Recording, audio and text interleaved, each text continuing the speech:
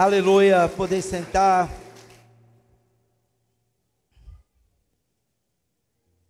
Tem canções que elas não vão se perder com o tempo.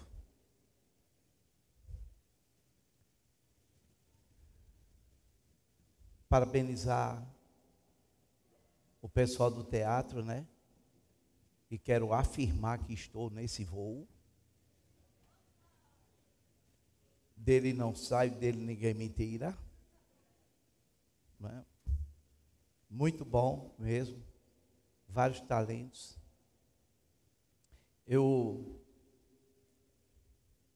Às vezes a gente vai percebendo que o tempo está passando mesmo.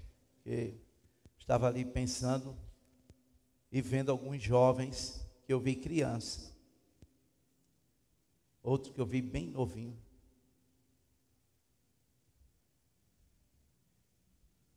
Me lembro do Maguinho mesmo, sem parecer nem formosura. Isso sofria tanto, Jesus. Trabalhava. Aí ele era quem chegava com as histórias dos ônibus lotados. Eu ria para me acabar, disse que os ônibus eram tão cheios, que ele disse que teve uma coceira na canela. Quando ele fez assim para coçar, que foi voltar o pé, não tinha mais lugar. Tinham tomado, e ele passou o resto da viagem com um pé só. Eram as histórias, né, que contava sobre, né? E hoje a gente vê com formação, dando palestras, né, e atuando ministerialmente, né, casado, só não me deu um neto espiritual ainda, está devendo. Olha a Flavinha ali, uma menina bonita dessa. Oh, Jesus Cristo. Mas é assim, é ver Calel. Tem uma foto bem legal, que são os meus 3 filhos, ainda todos solteiros, ainda bem jovens também, sentados e os 3 de Ednei atrás deles. Eu tenho essa foto, né? Tudo criancinha. Os meus já estão todos casados, os 3, né?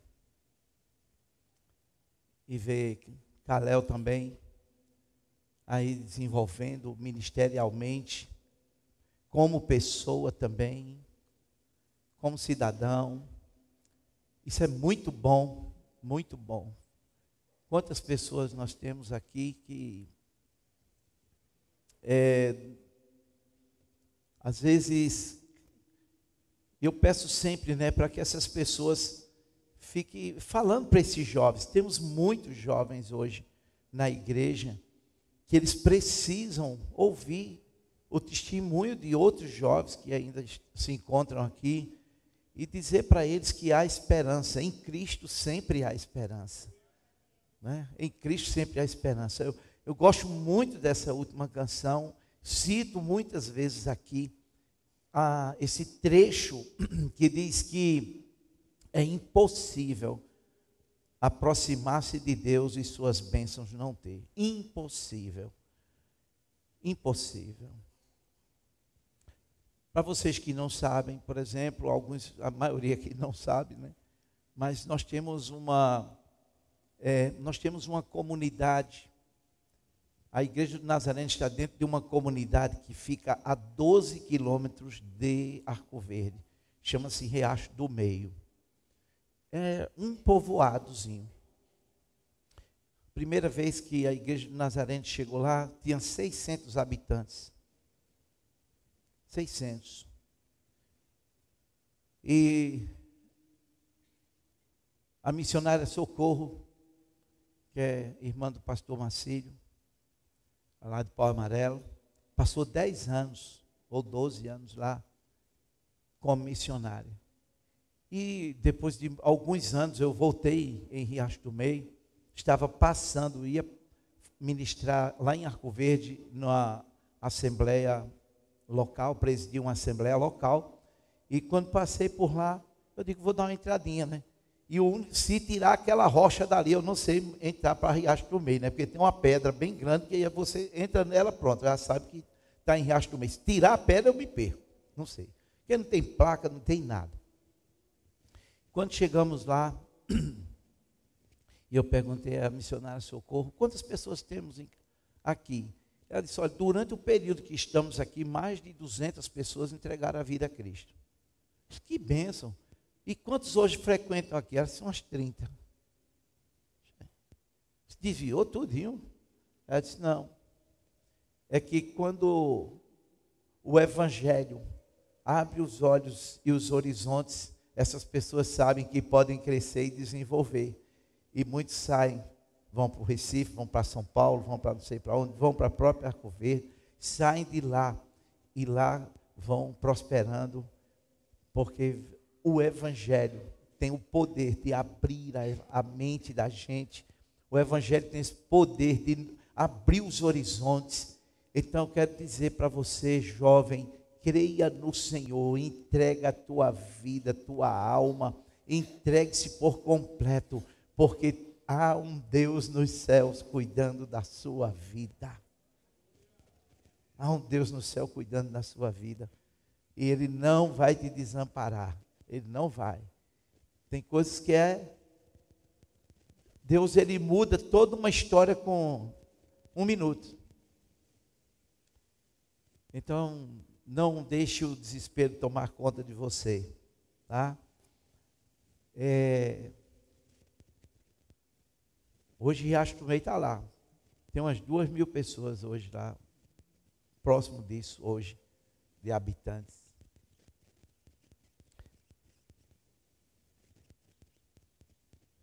Mas um lugar que ainda carece muito do Evangelho do Senhor Jesus. Eu tenho como título de hoje, eu gostaria que você prestasse bastante atenção. Eu vou começar hoje dizendo, quando trago essa mensagem, eu sempre falo sobre isso. Olha, alguns aqui vão lembrar do que eu vou dizer, né, desse produto, chamado Tanjal. Era um suco. Tanjal. Eu estou vendo alguns meninos na cabeça assim, porque são novinhos. Mas o Tanjal, alguns aqui conhecem, não venha não. Eu sei que você conhece.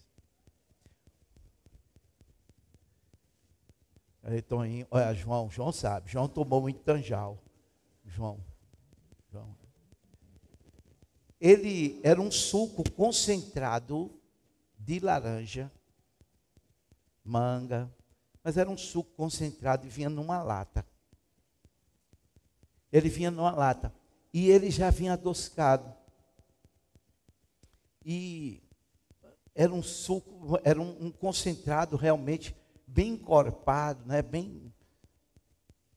E aquilo, meu amigo, quando você despejava aquilo um pouquinho, você foi no Google, existe ainda, ainda existe. Está numa lata ainda, tá? Está mais novo ainda, né? Ainda existe, está vendo? Então, o suco Tanjal, ele, dá para abrir a tela, quantos por cento tem de laranja ainda? O suco Tanjal, ele tem gosto de laranja, cheiro de laranja, cor de laranja. Ele tem um sabor da laranja. Mas, na minha época, tinha 10% só de laranja. 90% é química, é mistura, é uma série de coisas. Deu para ver? Não.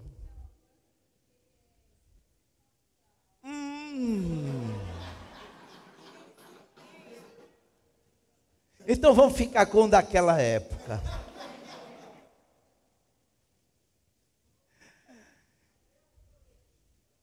A cor era laranja também, cor de laranja. Tinha tudo, cheiro, sabor, cor, tudo de laranja. Mas era só 10% de laranja. Tem um tal, eu não vou dizer o nome não, porque é uma questão de ética. Tem uma limonada agora, vou falar assim, né? Que aí o pessoal aí tomando, chega e faz... E eu olhei, só tem 2,5% de limão. cheiro de limão, cor de limão, tudo de limão. Quando eu olho, 2,5% de limão. Aí você pergunta, o que é que o senhor está querendo dizer com isso? É que a Bíblia diz, presta bem atenção, o que é que a Bíblia diz? Que o diabo, quem é que Jesus disse? Se transfigura em anjo de luz para enganar. Você já pensou o que é isso? O diabo se transfigura em anjo de luz para enganar. Ou seja, parece, pode até brilhar, pode até iluminar por um determinado momento, mas não é a luz de Cristo. É o diabo por trás daquilo ali. Jesus disse que nos últimos tempos, os falsos profetas enganariam a muitos. E se possível fosse, até os escolhidos seriam enganados. Por que e se possível fosse? Porque quem tem a luz de Cristo e conhece a palavra, não se deixa levar por qualquer vento de doutrina. Não se deixa.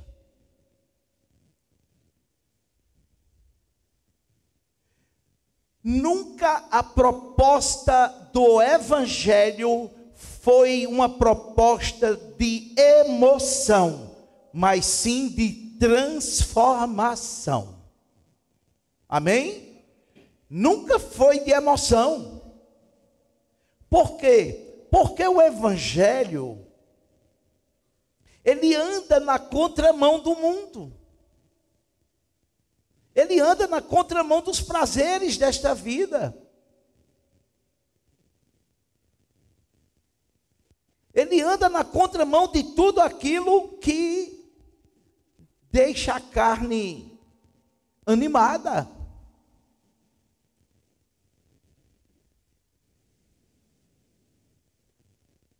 Por outras vezes já falei, por que você acha que, ora, a quem nós oferecemos ameaça? Você já parou para pensar nisso? A quem oferecemos ameaça? A ninguém. A quem Jesus ofereceu ameaça? A ninguém, a não ser aos interesses políticos da sua época. E religiosos. Os interesses políticos e religiosos. E não está diferente hoje. Hoje é um discurso que é bem parecido com o Evangelho, mas não é o Evangelho. Eu estava ouvindo e assistindo algumas coisas que mandam nos grupos e também me mandam no privado. E o que se vê muito hoje é um discurso de que, para que ir à igreja? A igreja somos nós. Porque você conhece você mesmo, mas você não conhece quem está lá na igreja muitas vezes. Até porque a palavra de Deus diz que nós é quem somos o templo do Espírito Santo e não paredes. Olha. Usando a própria Bíblia para afastar o cristão da comunhão. Enquanto o escritor aos Hebreus disse que, por deixar de congregar, muitos naufragaram na fé. e se desviaram. Por deixar de estar junto, por deixar de congregar.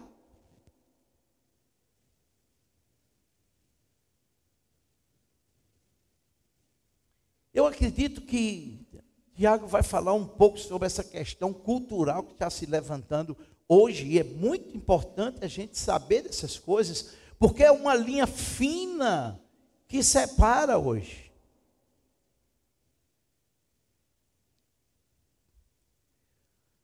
Há uns anos atrás, nada contra a psicologia, nada contra, pelo contrário, nós aqui encaminhamos pessoas para irem buscar ajuda técnica, porque é necessário muitas vezes para alinhar os pensamentos que estão meio atrapalhados.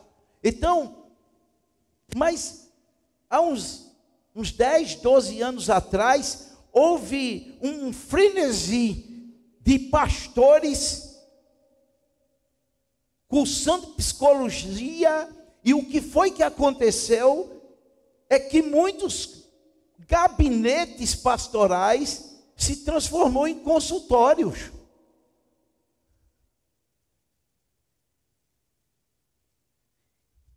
E aí o que a pessoa procurava não era uma orientação psicológica, mas uma palavra de Deus e uma oração que pudesse trazer conforto, consolo, para que pudesse trazer uma direção, um norte para a vida daquela pessoa.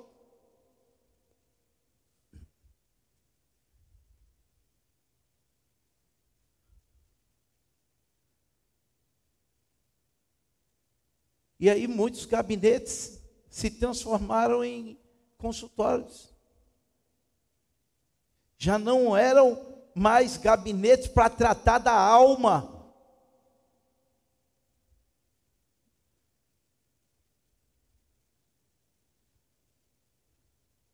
Alguns se aproveitam da fraqueza humana e da necessidade humana, e aí agora manipula a palavra, manipula muitas coisas e apresentam as pessoas como sendo a solução para os seus problemas, quando na realidade os problemas só vão aumentando.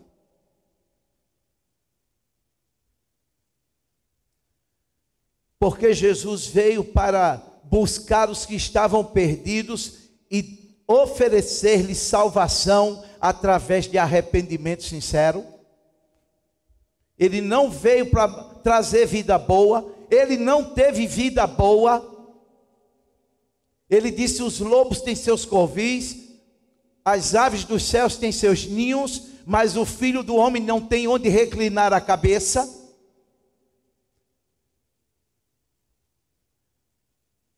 Então nós temos que ter cuidado com o que ouvimos, e o filtro para o que ouvimos, mesmo se dizendo ser a palavra de Deus, é a própria Bíblia. É ela que tem que ser o filtro. Porque, como eu disse no início, nem tudo que parece ser luz é a luz de Cristo, é a luz da palavra, é a luz do Evangelho de Jesus.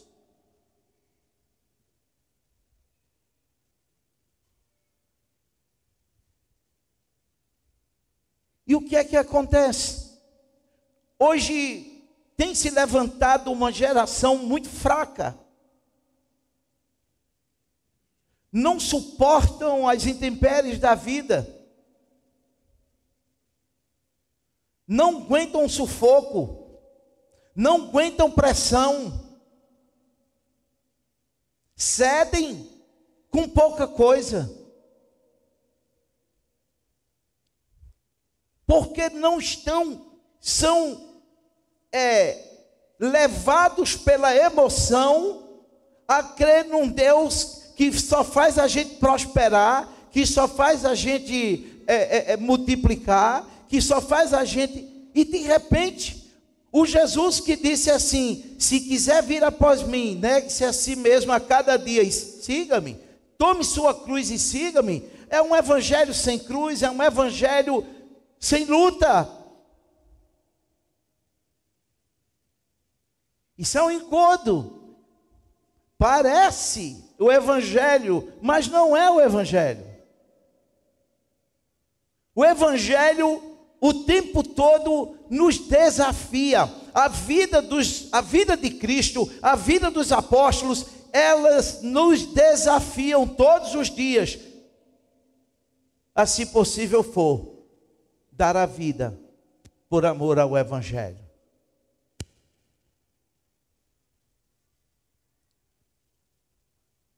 O tema da mensagem de hoje é: estar à porta da salvação não significa estar salvo.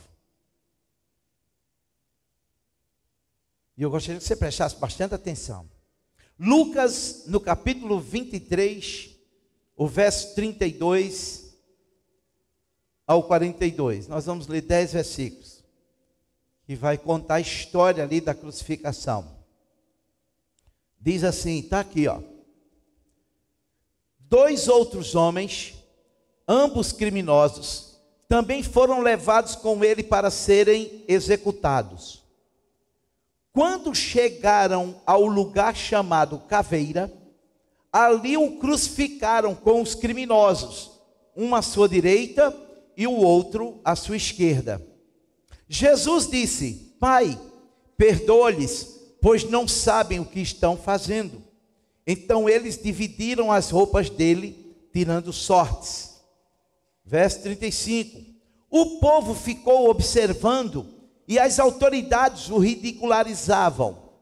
Salvou os outros, diziam: salve-se a si mesmo, se és o Cristo de Deus, o escolhido. Verso 36. Os soldados, aproximando-se, também zombavam dele, oferecendo-lhe vinagre. Diziam: se você é o rei dos judeus, salve-se a si mesmo. Havia uma inscrição acima dele que dizia: este é o rei dos judeus. Verso 39.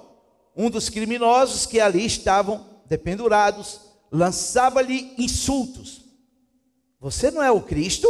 Salve-se a si mesmo e a nós. Mas o outro criminoso, verso 40, o repreendeu dizendo: você não teme a Deus, nem estando sob a mesma sentença, ou seja, sentença de morte. Verso 41, nós estamos sendo punidos com justiça, porque estamos recebendo o que os nossos atos merecem. Mas este homem não cometeu nenhum mal. Verso 42, então ele disse: Jesus, lembra-te de mim quando entrares no teu reino. Verso 43, Jesus lhe respondeu: eu garanto, hoje você estará comigo no paraíso. Que o Senhor nos abençoe na aplicação da sua palavra. O relato do evangelista Lucas é o único relato quanto ao arrependimento do ladrão, pois Mateus e Marcos registram esses fatos também anteriores, quando ambos os ladrões lançavam insultos contra Jesus. Lucas inicia a história quando um deles, vendo Jesus perdoar os seus executores, verificou que Jesus era digno de confiança. Então Lucas, no capítulo 23 e o verso 32, 2 criminosos, e aqui se cumpre Isaías 53, verso 12, a parte B, que diz assim: e foi contado entre os transgressores, pois ele levou o pecado de muitos e pelos transgressores intercedeu. 700 anos antes, 650, 700 anos antes, Isaías, o profeta messiânico, ele já viu esse momento de Jesus. Ele na realidade vê toda a trajetória de Jesus até a sua crucificação, e ele diz então que ele estava entre 2 transgressores. pois ele levou o pecado de muitos e pelos transgressores intercedeu. Ou seja, Isaías foi bem específico quando ele disse que ele estaria entre duas pessoas e que intercedeu por aqueles dois transgressores também. E cumpriu-se o que Jesus tinha dito. Está escrito, Lucas 22, 37, e ele foi contado com os transgressores. Cumpre-se naquele momento o que Isaías, o profeta Isaías, 700 anos antes, teve uma visão e viu esse momento em que Jesus iria interceder por esses dois ladrões. E eu digo que isso precisa cumprir-se em mim, disse Jesus, cumprir-se em mim. Sim, o que está escrito a meu respeito está para se cumprir. Isso nós vemos em Lucas 22, 37. Jesus dizendo, e ele foi contado com os transgressores. E eu te digo que isso precisa cumprir-se em mim. Sim, o que está escrito a meu respeito está para se cumprir. Jesus, mesmo antes da crucificação, ele havia dito que estaria entre transgressores, que era para se cumprir naquele dia, na sua crucificação, o que o profeta Isaías falou 700 anos antes. Você podia dizer para a pessoa que está do seu lado: Deus não esqueceu o plano que Ele tem para a sua vida? Eu, nem você, nenhum aqui vai viver 700 anos. Então, as promessas de Deus sempre se cumprem, a palavra de Deus sempre se cumpre. Então vamos entender algumas coisas. A cruz era para os malfeitores, a cruz não era para Jesus. Jesus é crucificado em lugar de um assassino. Quem era esse assassino? Barrabás. A multidão foi instigada pelos religiosos para que gritasse: solte Barrabás. Eu gostava da frase: a voz do povo é a voz de Deus. Até que a pastora Deise, lá em Jardim Atlântico, disse, nem sempre, pregando sobre esse texto, ela disse, nem sempre a voz do povo é a voz de Deus, né? Que foi o povo que disse, solta Barrabás, né? Instigado pelos religiosos da época, né? Então, Lucas, no capítulo 23 e o verso 34, Jesus disse, Pai, perdoa-lhes, pois não sabem o que estão fazendo. Jesus desejava o perdão, não somente para os que o crucificaram, mas para todos aqueles que se arrependessem dos seus pecados, entregassem suas vidas a Ele, Ele os salvaria. Diante de Deus, a morte de Jesus tinha como causa os pecados do mundo pessoas, e isso inclui a mim e a você. Isso inclui a mim e a você. É o meu pecado e o seu pecado. Algumas pessoas, às vezes, em escola bíblica dominical, eu gostava de perguntar assim, quem você acha que Jesus morreu por conta de quem? Dos religiosos ou dos políticos? Dos romanos? Jesus morreu por toda a raça humana. Quem matou Jesus? Quem matou Jesus? Ninguém. Ninguém tem poder para matá-lo. A Bíblia diz que ele se entregou por nossos pecados. Mas ninguém tem poder para matar Jesus. Quando Pilatos disse, não sabes tu que eu tenho poder sobre a tua vida e sobre a tua morte? Jesus disse, não há poder na terra que não venha do Pai que está nos céus. Se eu quisesse, eu pediria e o Pai me enviaria milhares e milhares e milhares de anjos e me livraria disso aqui. Mas é necessário que se cumpra a vontade do Pai. eu e você, nós temos feito essa oração. Você já viu que a oração nossa é sempre egoísta, é sempre a gente querendo as coisas e nunca perguntando a Jesus, nunca perguntando: Senhor, é a tua vontade? Ou, Senhor, faça-se a tua vontade e não a minha vontade. A gente às vezes tem até medo de perguntar ao Senhor: faça-se na minha vida a tua vontade. Por quê? Porque nem sempre a vontade de Deus, apesar dele dizer: eu é quem sei os pensamentos que tenho a respeito de vós, eu é quem sei o que é melhor para vós, ele, apesar de dizer tudo isso, que sabe que faz o melhor para nós, mesmo assim a gente tem receio de dizer: faça-se a tua vontade. Então, lembrando que ninguém é perdoado contra a vontade. Eu gosto dessa palavra, porque ninguém é perdoado contra a vontade. Se você, crê que Deus vai pegar você lá na eternidade e dizer: eu quero salvar você, e eu não quero ser salvo, não, eu vou lhe salvar. Não, ninguém é salvo contra a vontade. Ninguém está em condições, ser humano nenhum está em condições de amar a Deus, de buscar a Deus. É preciso, falo isso muitas vezes aqui, que é para isso massificar, entrar na nossa mente. Ninguém está em condições de buscar a Deus ou de amá-lo. Pelo Espírito de Deus, pelo gracioso Espírito de Deus, ele nos impulsiona a buscá-lo, mas nós não temos condições de fazer por nós mesmos, porque a transgressão nos alcançou de forma total. Estamos com a natureza totalmente corrompida, não havendo em nós nenhuma bondade. Então é necessário que Deus, através do seu Espírito, nos impulsione, nos encoraje, para que a gente busque o Senhor e tome a decisão.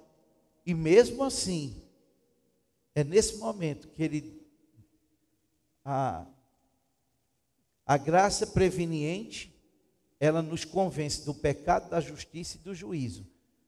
Mas a graça salvadora, ela vai esperar de nós, de mim e de você, o sim ou não. Tem pessoas que rejeitam a graça que lhes é oferecida.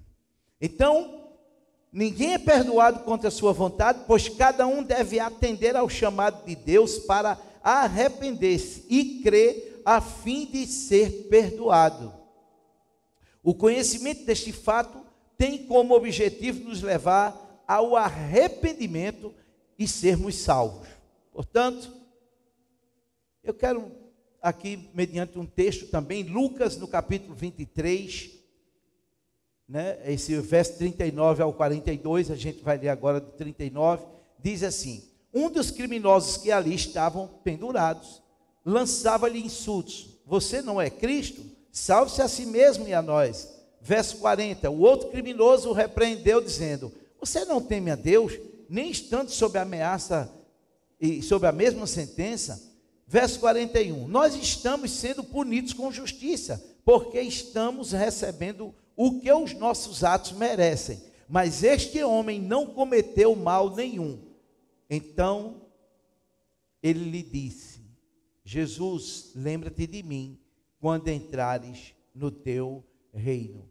E é aqui que eu gostaria de chamar a sua atenção para esse ponto central da mensagem. Temos aqui duas pessoas em circunstâncias semelhantes, as duas estão próximas da salvação e do Salvador, porém as duas tomam caminhos e decisões diferentes. Você prestou atenção nisso? As duas estão próximas da salvação e do Salvador, a distância é a mesma, porém as duas vão tomar decisões que vão lhe levar para caminhos diferentes.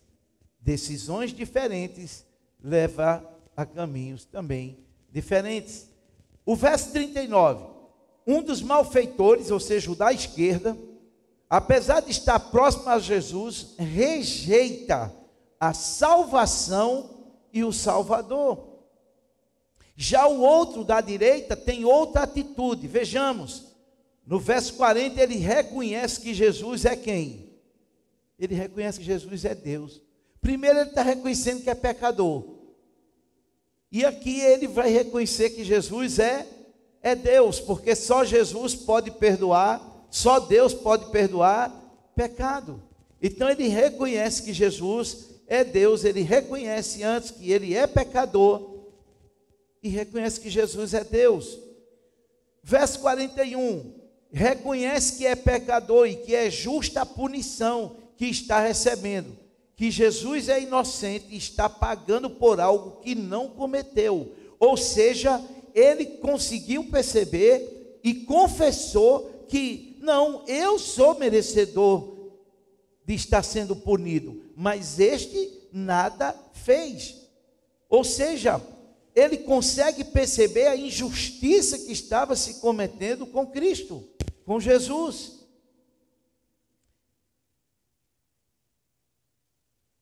É interessante que você diz, o que é que tem isso a ver? Eu também já reconheci, já me arrependi dos meus pecados e reconheci Jesus como Salvador. Lembre-se de uma mensagem que trouxe agora há pouco.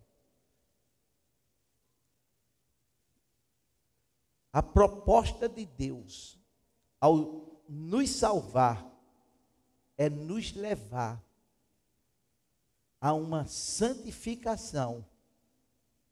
E é através desta santificação que nós vamos reconhecer Jesus não só como Salvador, mas como Senhor das nossas vidas. E só assim eu vou resistir firme no dia mau, no momento mau.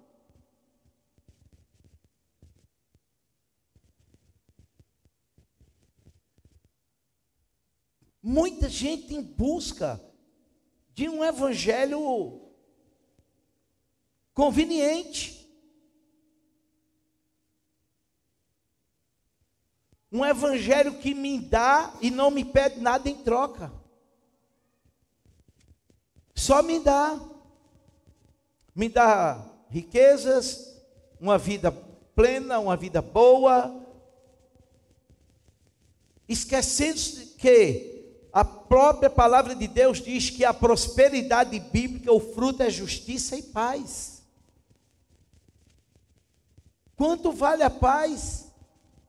Que excede todo entendimento humano, porque toda pessoa que não se arrependeu, que está na condição de pecador e penitente, todas essas pessoas, elas não conseguem ter paz. Você já parou para pensar nisso? A primeira coisa, quando entregamos a nossa vida a Jesus, a primeira coisa que nos aconteceu é um fardo pesado que é tirado de nós e vem uma paz que excede todo entendimento. Sabe por quê? Naquele momento, como Deus faz isso? Não sei, mas naquele momento, quando os nossos pecados foram perdoados e nós confessamos como pecadores e confessamos Jesus como Senhor e Salvador das nossas vidas, o que é que acontece naquele momento ali?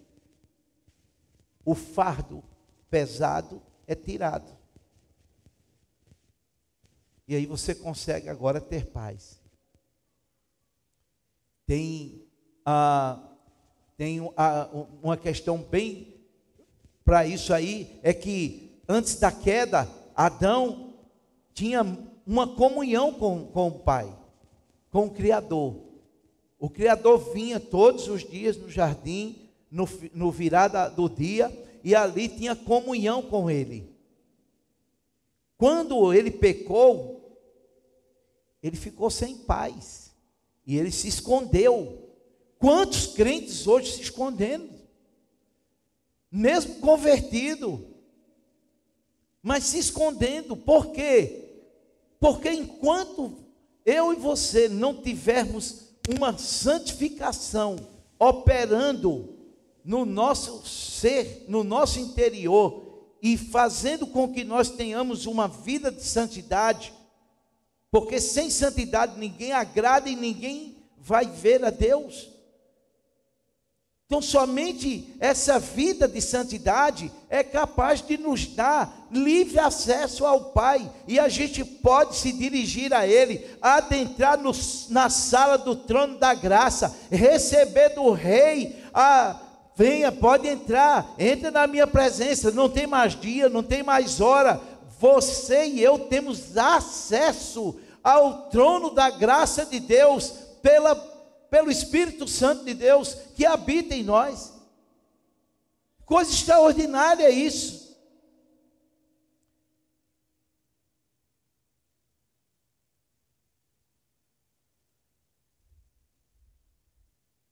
É interessante como agradecemos quando Deus abre uma porta de emprego. Deus abriu a porta de emprego. Oh Senhor, muito obrigado. Dá culto de ações de graça e tudo mais. Perde o emprego. Foi demitido ou demitida. Pastor, ore que o diabo...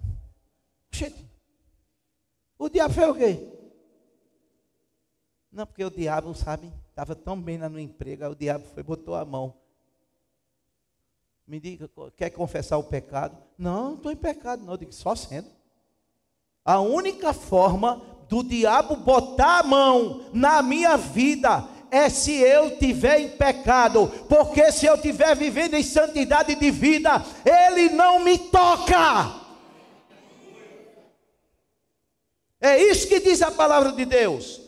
O diabo não toca no crente ou na crente que está vivendo uma vida de santidade. Agora, é crente tanjal, aí já era. Por quê? Tem cheiro de crente, gosto de crente, jeito de crente, não sei o que é de crente, não sei o que é de crente, mas quando é na hora de ser crente, não é.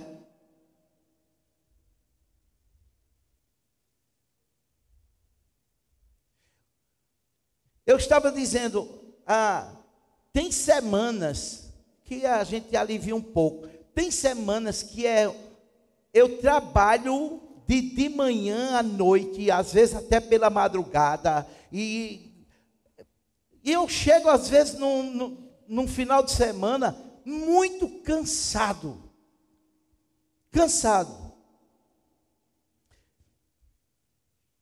mas eu digo, eu estou cansado, mas eu estou satisfeito. Existe o cansaço com satisfação, e existe o cansaço com exaustão, que é aquele que você sente que cansou e não produziu, e não teve êxito.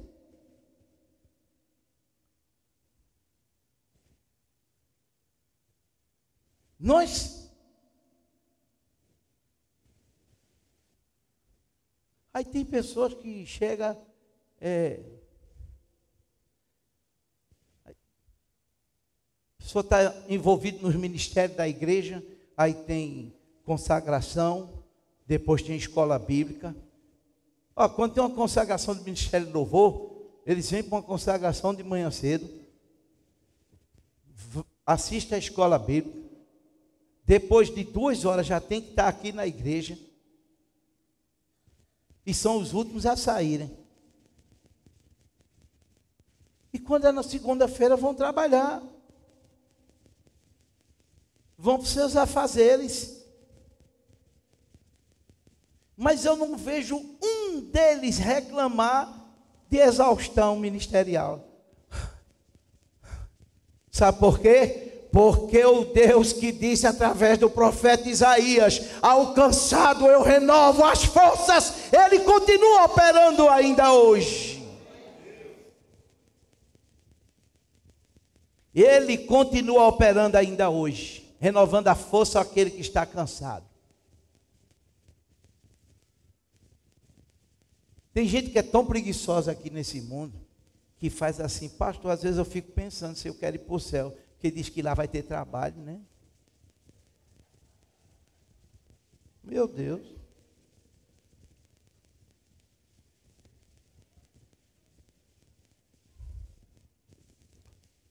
Aí eu, para consolar o sujeito, eu digo, lembre-se que lá no céu não terá fadiga. Eis a diferença.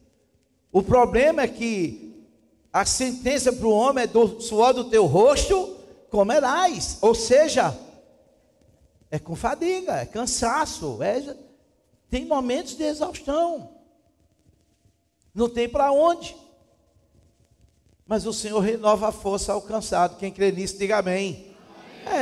O Senhor renova a força ao cansado.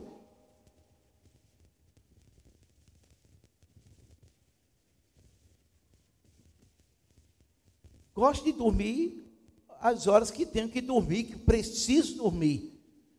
Mas tem final de semana teve um final de semana que do Mova-se mesmo, que consagração com Mova-se no sábado não sei o quê, aí tinha um culto de ações e graça, e tem não sei o quê, no domingo de manhã consagração de novo, e depois vem escola bíblica, e depois vem aconselhamento, e vem, aí quando chega em casa, e muitas vezes, agora tem que dar atenção à família, leva a família, e não sei o quê, e os netos,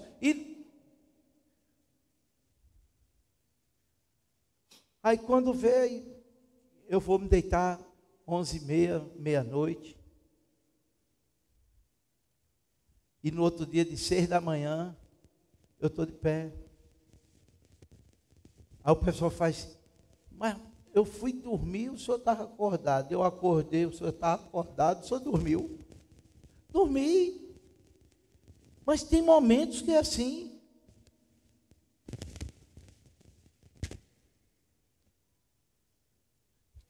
Eu vou para a Bíblia. A quem muito é dado, então pronto. Não tem o que reclamar. Não tem. A quem muito é dado, muito será cobrado. Isso está tudo dentro do pacote chamado salvação. No mundo tereis. Então, é muito de como eu encaro as circunstâncias, como eu encaro as situações, como é que eu estou encarando isso. Como estamos encarando as coisas.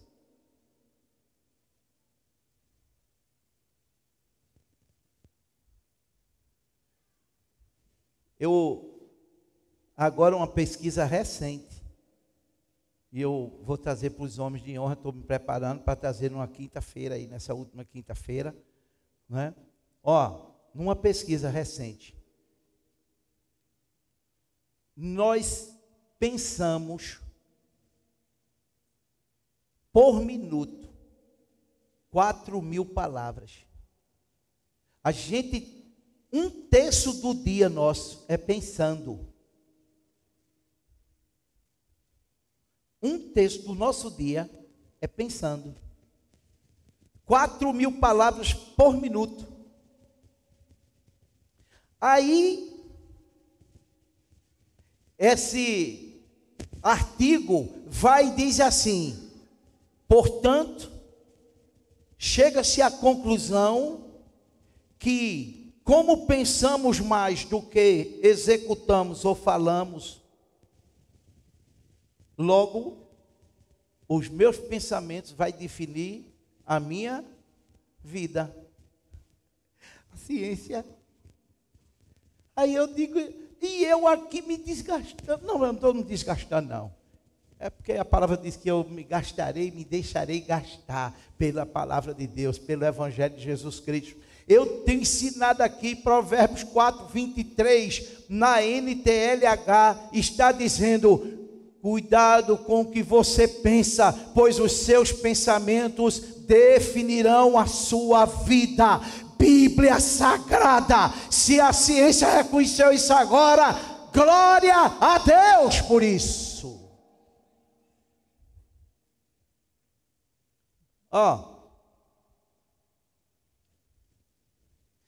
Eu não vou dar para nadinha. Vai mesmo não.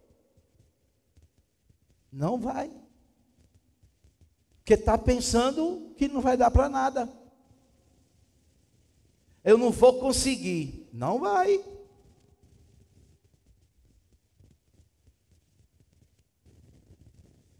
E nem também ser um crentaço. Posso todas as coisas naquele que me fortalece.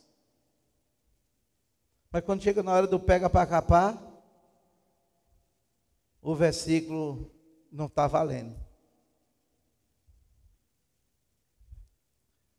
Gostei de um professor de grego na nossa época, pastor Edson, ele agarrado aqui com o suspensório, e ele disse assim: esse texto de Filipenses, no original, a seguinte expressão: aquele que tudo pode é quem me fortalece. Faz toda uma diferença.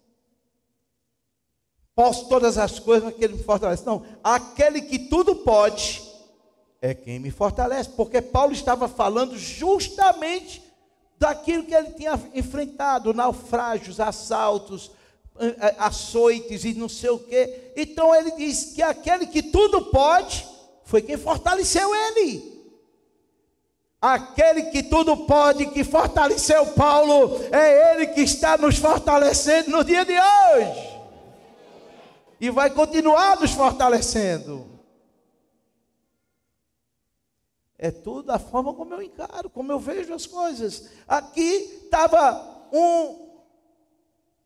Jesus no centro, um à sua direita, um à sua esquerda, e agora os dois tomando caminhos diferentes. Estava próximo ao Salvador e à salvação, mas escolhendo caminhos diferentes.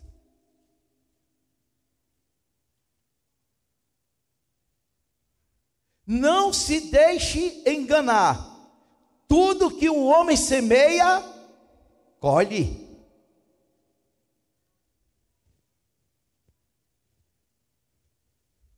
Tenha cuidado com o pecado na carne. A Bíblia diz que o pecado na carne é contra a própria carne que estamos pecando. Depois, para você se sair dessa, você se arrepende, Jesus lhe perdoa, mas isso ficou entranhado. Muitos não sairão mais nunca, essa marca, essa cicatriz. Por isso que é melhor não cometer. Resista ao pecado.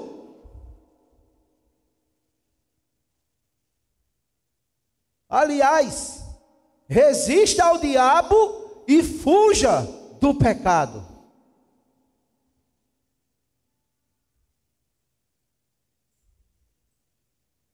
Não deixe. Às vezes estamos tão próximos do Salvador e da salvação e tomamos decisões erradas. E eu não sei por que é que tanta gente culpa a Deus por causa de coisas erradas que os outros fazem com você ou comigo. Eu me frustro. Poxa, Deus não poderia ter evitado isso. Eu sofro uma decepção. Deus não poderia ter. Eu sofro uma traição. Deus não poderia ter. Que deixa Deus com esse negócio, rapaz. Cuida da tua vida. O BO é teu, é meu. De que se queixa o homem? De que se queixa o ser humano? Queixe-se este dos seus próprios pecados.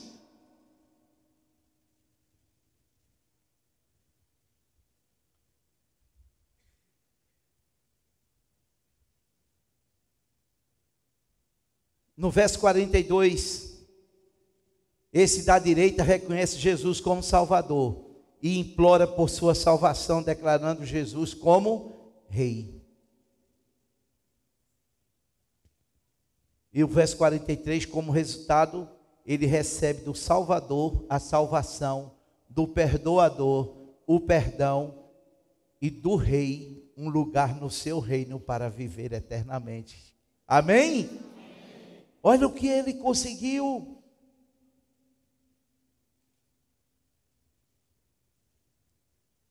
Hoje temos pessoas que estão na mesma situação desses dois homens.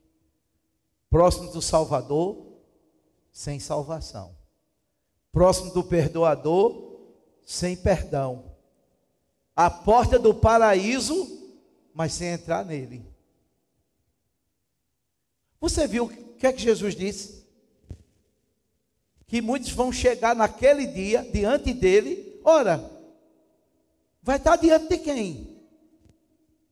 Do juiz dele, do Senhor Jesus. Em teu nome curei enfermos, em teu nome, em teu nome, em teu nome, em teu nome. Então chegou próximo, mas não entrou. Apartai-vos de mim, maldito, para o fogo eterno que vos está preparado para o diabo e seus anjos. Estava preparado para o diabo e para os anjos. Inferno não foi feito para ninguém que não seja para o diabo e seus demônios.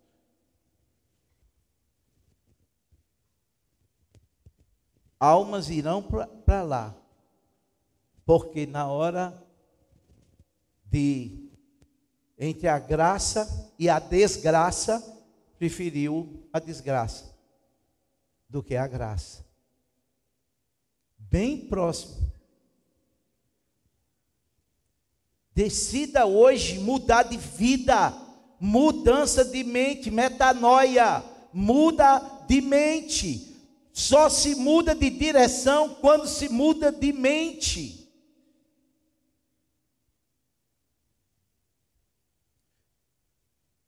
Só se muda de atitude quando se muda de mente.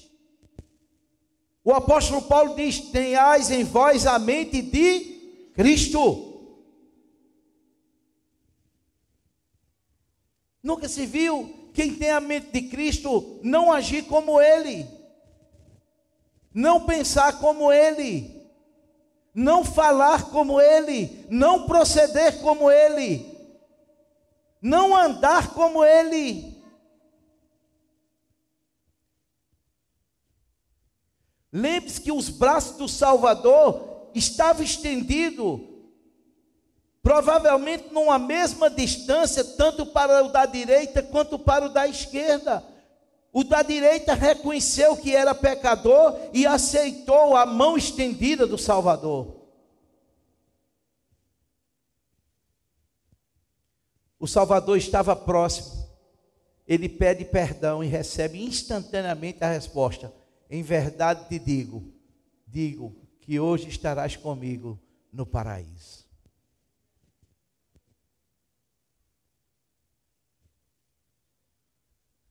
A Bíblia diz que aquele que perseverar até o fim será salvo.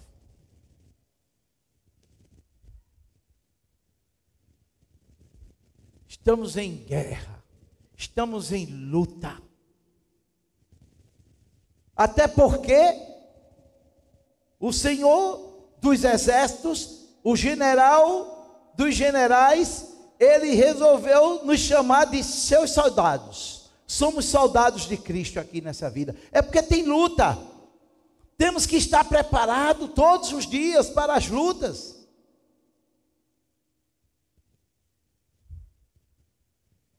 Mas aquele que me negar, eu o negarei também diante do meu Pai e dos santos anjos. Tenhamos cuidado com a nossa vida, o que é que estamos fazendo com ela.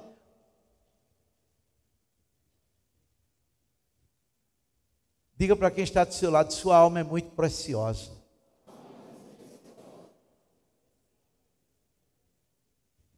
A nossa alma é preciosa. Ela é tão preciosa que Jesus, não sei por que razão, porque olha a condição da raça humana. E pergunte-se, que eu já me perguntei várias vezes, se eu daria a minha vida por essa raça podre? Não. Não daria. Não daria. Se eu não fosse eu e eu estivesse fora de mim, eu não daria a vida por mim?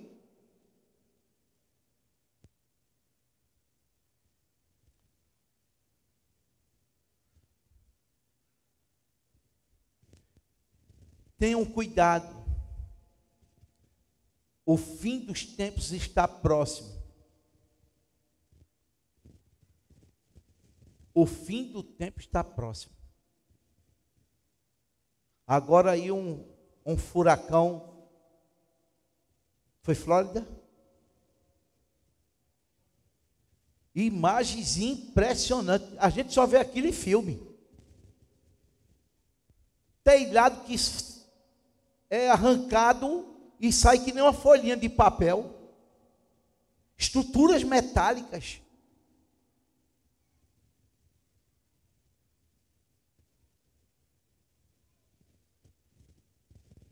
Uma cena agora, aquele bicho, e o camarada numa caminhonete chega, estava desesperado, aquilo vão pegar e vão botar num filme, porque é cena de filme.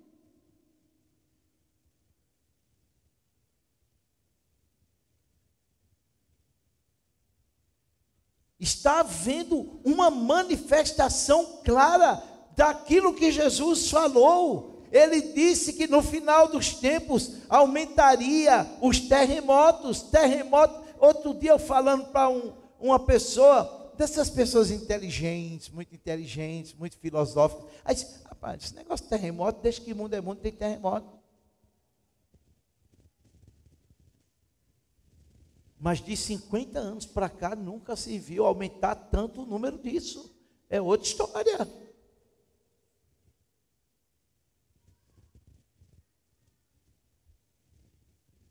As enfermidades, chega hoje, os médicos não sabem mais o que dizer, tudo é virose,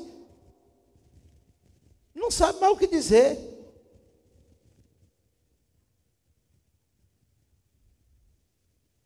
E Jesus falou que no final dos tempos, essa coisa ia aumentar, assustadoramente.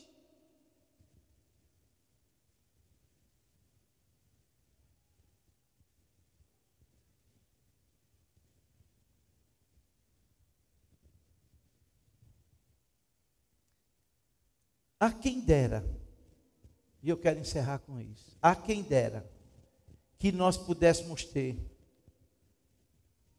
a mesma paixão pelas almas que teve os morávios naquele navio que John Wesley estava, um clérigo, um pastor que tinha a salvação como mérito das obras que ele praticava.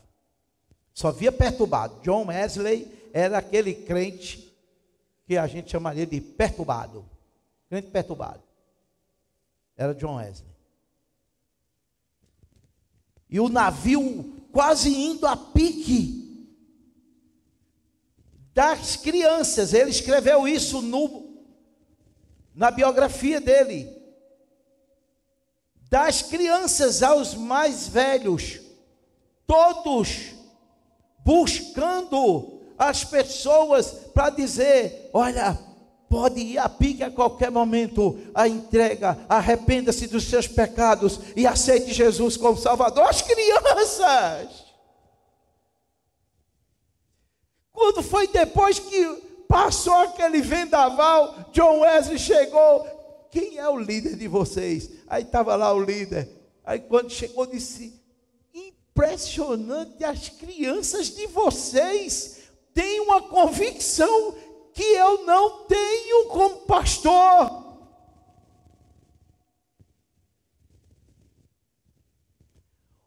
leva essas crianças, ao invés de estarem preocupadas em arrumar algo para se agarrar, para salvar as suas vidas, estavam preocupadas com as almas que estão aqui nesse barco, nesse navio.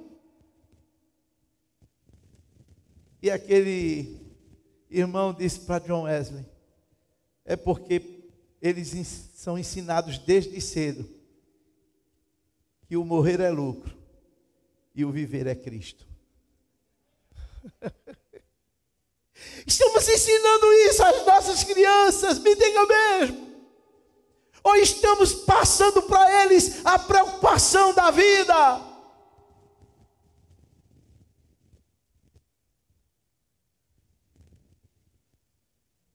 Jovens hoje, me diz uma coisa, escuta isso aqui, pega bem agora o que eu vou falar. Família é projeto de Deus, sim ou não? Aí me diga, tem uns jovens hoje, os caras com boa saúde, boa aparência,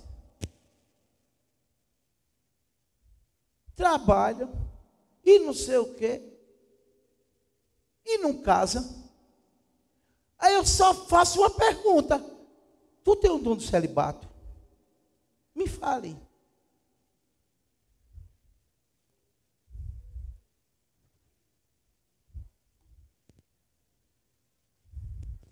Não, pastor, é porque assim, sabe? As coisas não estão fáceis. E quando foi fácil? Pergunta aos da minha idade aqui quando foi fácil para eles. Pergunta. Eu disse para os meus filhos: vocês são privilegiados. Todos três casaram e já estão cada um com sua casa, seu lugar para morar.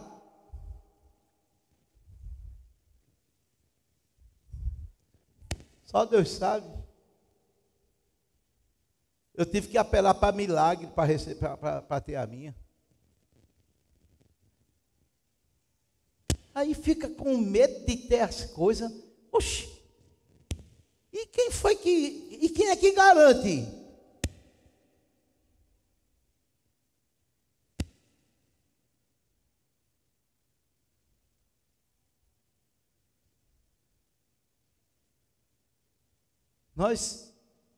Eu não tenho dúvida.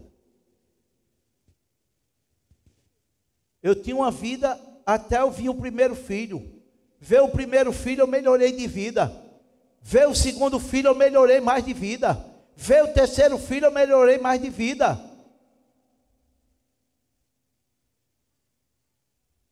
Agora, como um foi de 9, o outro de 8 meses e o outro de 7, eu digo vai ser 6, 4, 3, 2, 1. Não vai, parou.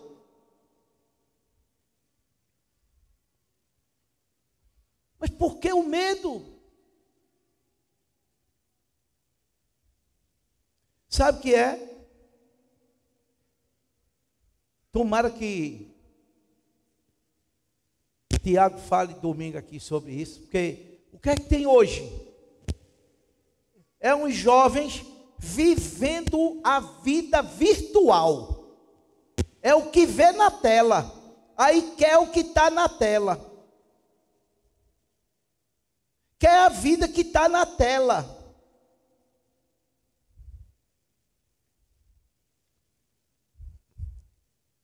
São as moças hoje, a maioria, olhando para os rapazes. Aí olha, deixa eu ver se é o príncipe encantado. Não, é o sapo, é o sapo. Não.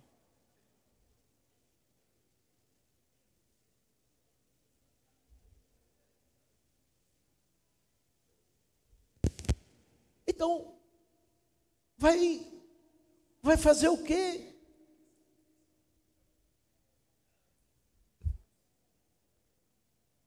Quando eu e Sandra nos casamos, era com fé em Cristo e dizendo assim, um ao outro ajudou e ao outro disse, esforça-te.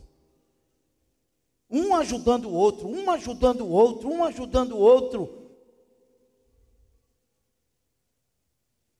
Quantos casais hoje com disputa financeira dentro de casa?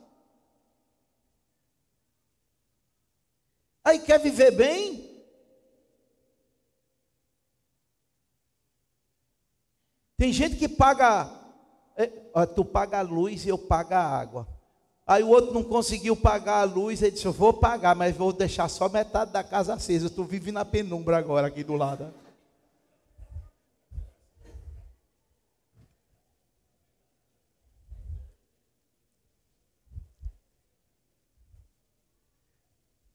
Homem que conhece a Bíblia, ele sabe a responsabilidade dele na casa.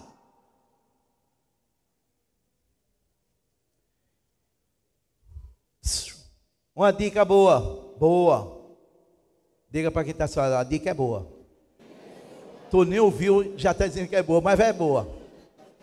Escute isso aqui. Você pode pensar que não tem nada a ver com salvação, mas tem. Porque quem está em Cristo tem convicção de tudo isso que eu estou falando aqui. Porque é Bíblia. O homem, Deus deixou intrínseco no homem. Está lá. Não importa. Eu não quero ser assim. É assim. Você pode até não querer, mas está lá. Intrínseco em você. Você é levantado para ser provedor, protetor e cuidador.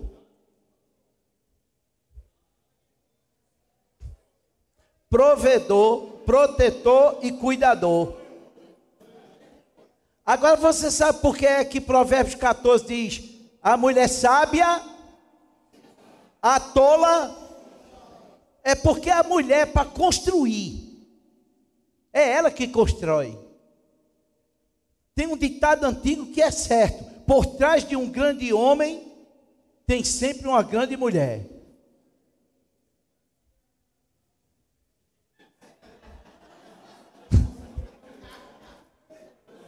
Vou tomar água agora. Roberta tá ali, Roberta.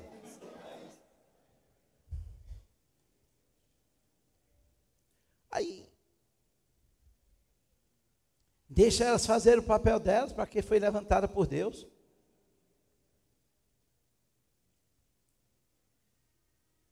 Irmão, é só seguir o que está na Bíblia. Segue o que está lá. Vai viver uma vida de santidade, uma vida que agrade a Deus, e você vai ver que sua vida vai ser próspera. É isso que Ele promete. Parem de medo, porque o amor de Deus lança fora todo medo, todo receio. Não é que você vira super crente, é porque pela fé você vai vencendo as barreiras do dia a dia, as dificuldades do dia a dia. Seus filhos vão olhando para você. Olha, preste bem atenção. A mulher, eu vou dar outra dica aqui. Boa. Diga para quem está falando, é boa. Outra dica boa. Homem, você pode dizer 200 vezes para ele: eu te amo. Ele, beleza. Eu te amo, meu filho, eu te amo. Ah. Homem, ele quer ouvir: eu me sinto cuidada por você, protegida por você.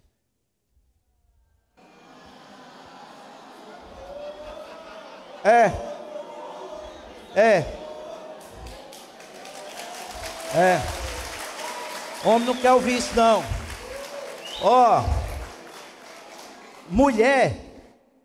A mulher, ela quer ouvir de você que você a ama, todos os dias.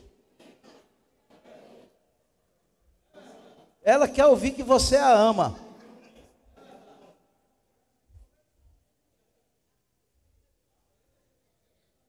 O maior medo da mulher é ela deixar de ser amada por você. Mas o homem não é de ser amado por ela. A Bíblia diz que a mulher sábia, ela ela respeita tanto o marido, respeitar, honrar o marido, que todos vão conhecer que aquele homem é um homem honrado. É disso que ele gosta. Mas ele não quer saber ele nem quer saber que todo mundo sabe que ela ama ele demais, não. Não quer. Porque intrínseco no homem está protetor, provedor, protetor e cuidador. É isso que está no homem. Na mulher, a mulher sábia edifica a sua casa. É por isso. Então, um casal que está em Cristo, alinha isso diante de Deus. E você vai ver que a sua vida vai ser próspera. Quantos casais que não tem nada, porque não sabe como construir as coisas, destrói. E para de querer viver vida de internauta. Eu estou vendo muito internauta internado.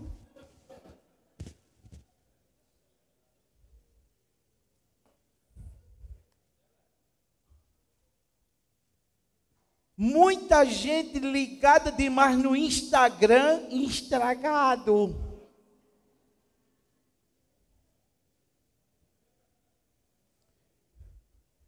Parece que o Facebook saiu de moda, foi? Ou saiu de moda e eu nunca tive Facebook. Saiu de moda e eu não tive Facebook. Que o único Face que eu gosto de olhar é essa aqui, ó.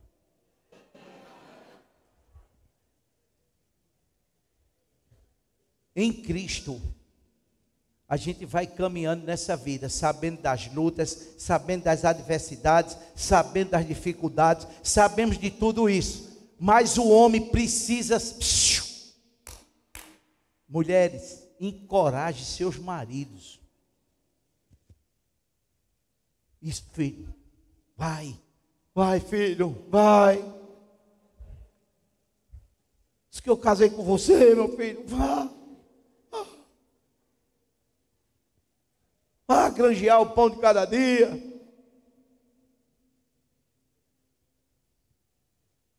O homem é responsável pela... Eu estou falando de sacerdote de lá, de crente, que era para saber disso.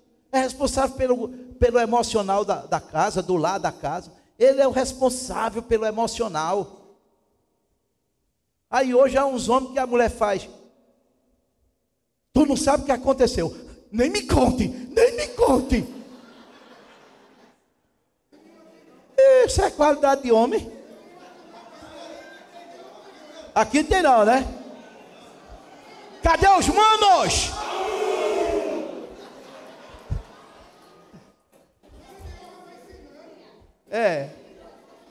A gente... Isso é uma coisa para ficar na gravação, bem. Ó, isso aqui é somente um plus na mensagem. Mas entenda, o homem quer ser encorajado por você, mulher. Coragem, que é o que a gente precisa. A gente precisa ser chamado de amor, não. É você que precisa. A gente não. A gente quer ser encorajado.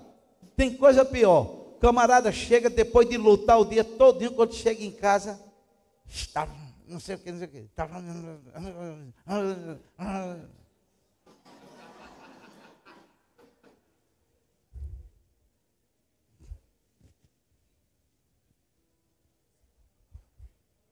Vamos ficar de pé em nome de Jesus.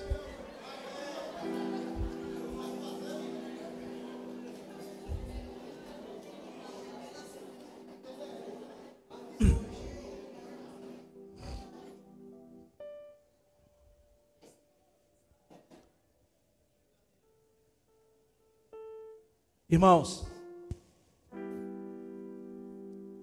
eu já realizei em 18 anos de ministério 86 casamentos.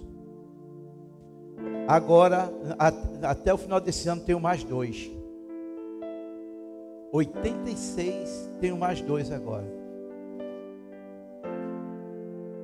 E desses 86, a infelicidade de 2 que se separaram.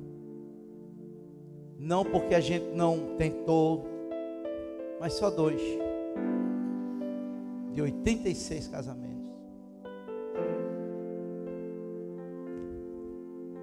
Vocês vivem numa comunidade aqui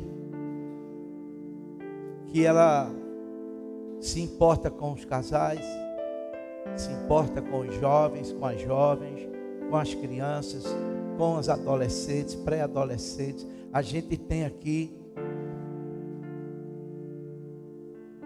louvo a Deus pela vida de alguns jovens que nós temos aqui mais maduros, que cuidam do restante da juventude. Eu estava outro dia falando para eles: Deus abençoe a vida de vocês, porque não é fácil não, não é fácil.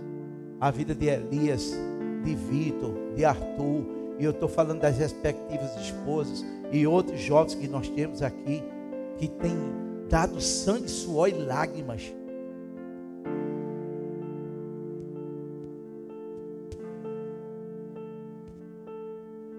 Paulinho, que nunca sai da JNI, ele e Natália.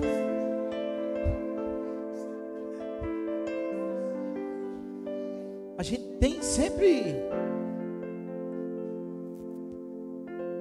nós não perca a fé. O Senhor Jesus que te salvou, te libertou, está cuidando da sua vida, está cuidando da sua casa, da sua família. Entrega o teu caminho ao Senhor, confia nele, e o mais Ele fará. É o Deus que faz. Ele não só promete, mas Ele faz. Vocês estão vendo, o mundo está se voltando contra Israel, se levantando, o mundo todo. Está na agenda de Deus, não adianta, está na agenda. A Bíblia diz: orai pela paz em Jerusalém. Eu e você, como igreja, temos que continuar orando por aquele povo, por aquela nação. Mas a gente sabe que vai chegar um momento que o mundo vai se voltar contra eles. E sabe para quê? Eles vão clamar para o Yeshua HaMashiach, e aí ele virá e vai derrotar os inimigos de Israel. Ele vai vir derrotar, porque só ele pode fazer isso. Você imagina a conversão que vai ser para aquele povo em massa. O Senhor Jesus vai vir reinar.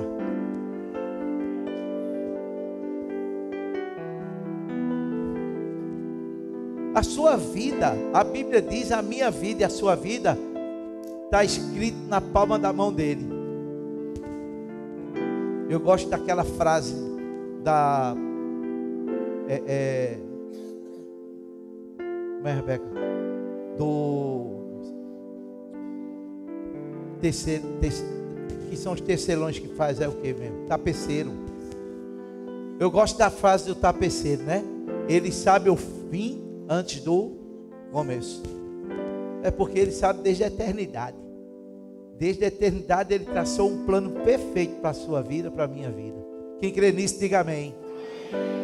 Então, a gente viver preocupado é somente uma questão de escolha.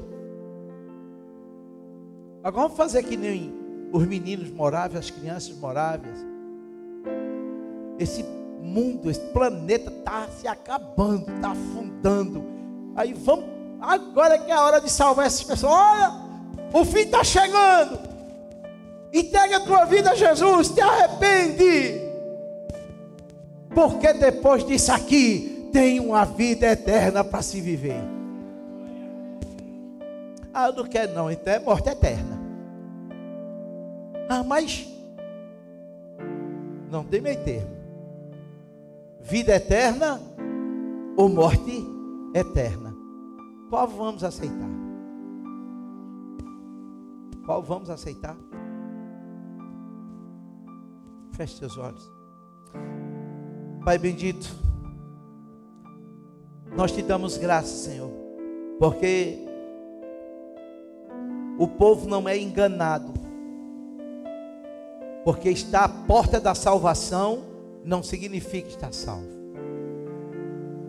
Temos que vigiar, orar, temos que viver essa vida de santidade que o Senhor exige, porque embora não possamos vivê-la por nós mesmos, mas o Senhor nos capacita e nos habilita pelo Teu Espírito e pela Tua Palavra. O Senhor nos purifica, nos santifica e nos faz viver uma vida que Te agrade, Senhor.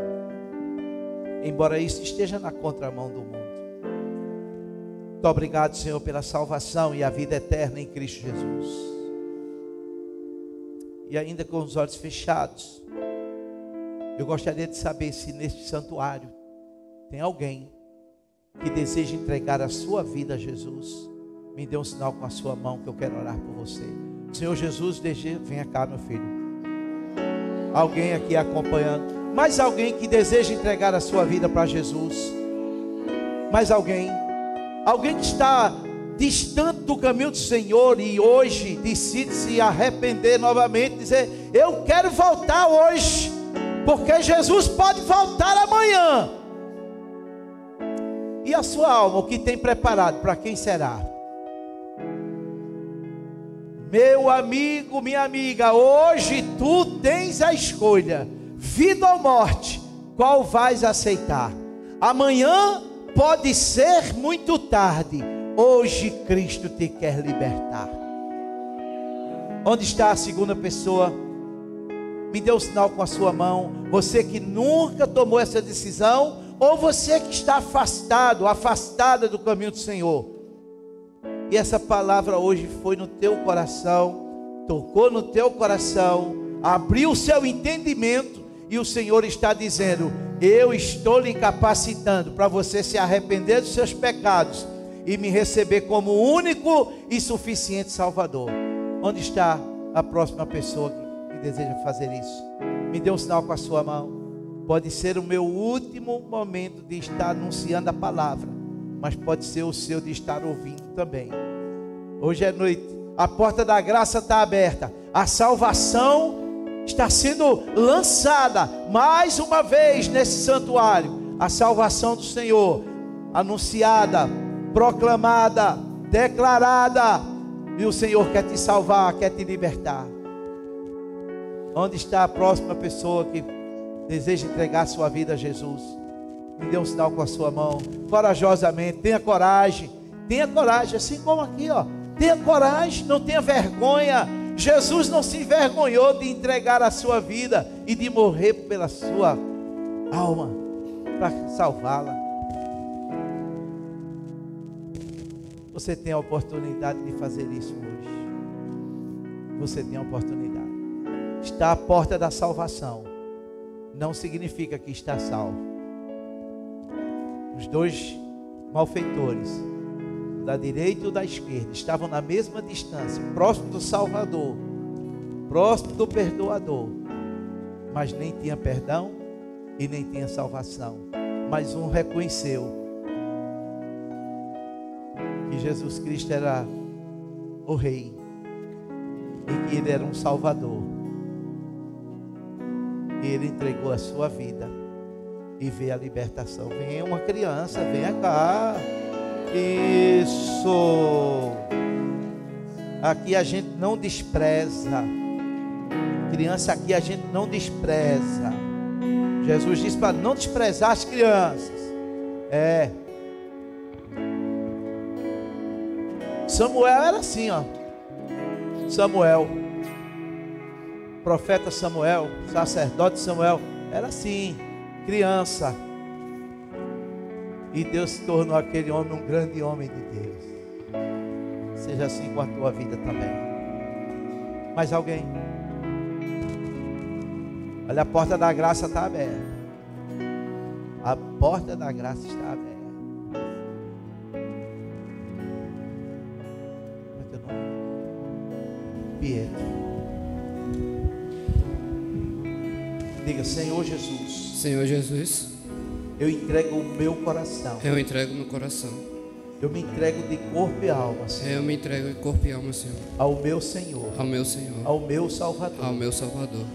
Aquele que me cura. Aquele que me cura. Que me liberta. Aquele que me liberta. De todo o mal. De todo o mal. Eu me arrependo, Senhor. Eu me arrependo, Senhor. De todo o pecado. De todo o pecado. Que cometi. Consciente. Ou inconsciente. Mas nesta noite. Me alcance. Pela sua salvação. E me liberte. Pelo seu Espírito. Pela sua palavra. Pois eu sou teu. E tu és meu.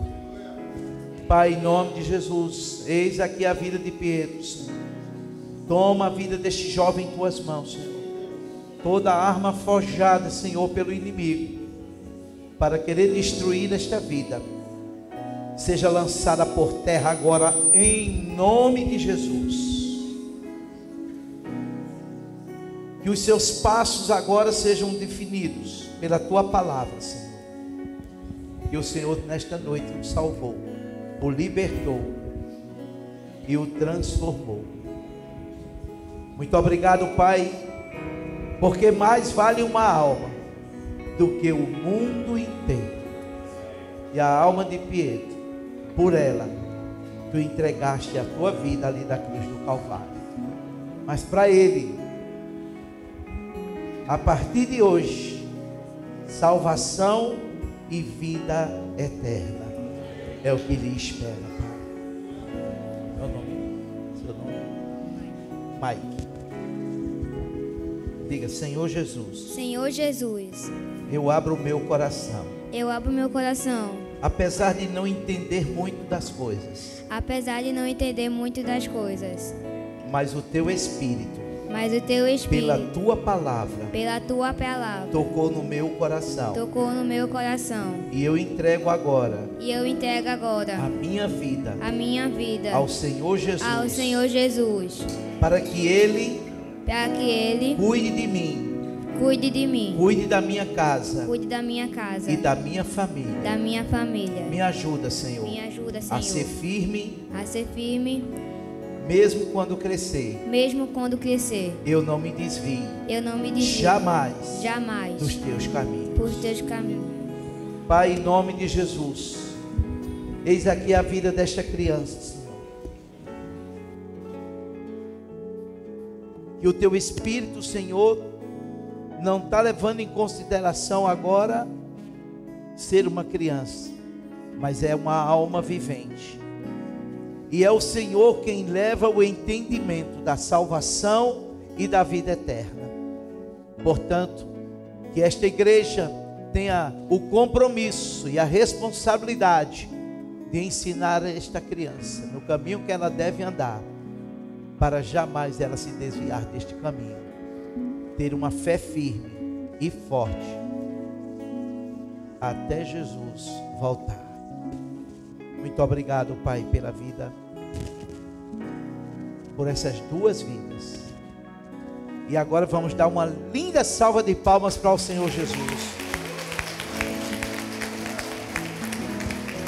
Pedro, olha, isso é o povo mais complicado da face da terra, mas o mais feliz e abençoado, viu? Amém? Deus abençoe. Que a graça de Deus, o nosso eterno Pai, o amor incomparável do nosso Senhor e Salvador Jesus Cristo, as doces, eternas e fiéis consolações do divino, do maravilhoso, do excepcional, do amigo íntimo, do Espírito Santo, diz para quem está do teu lado com convicção: seja contigo, tua casa, tua família, em nome de Jesus. Olha, nós temos cantina, viu?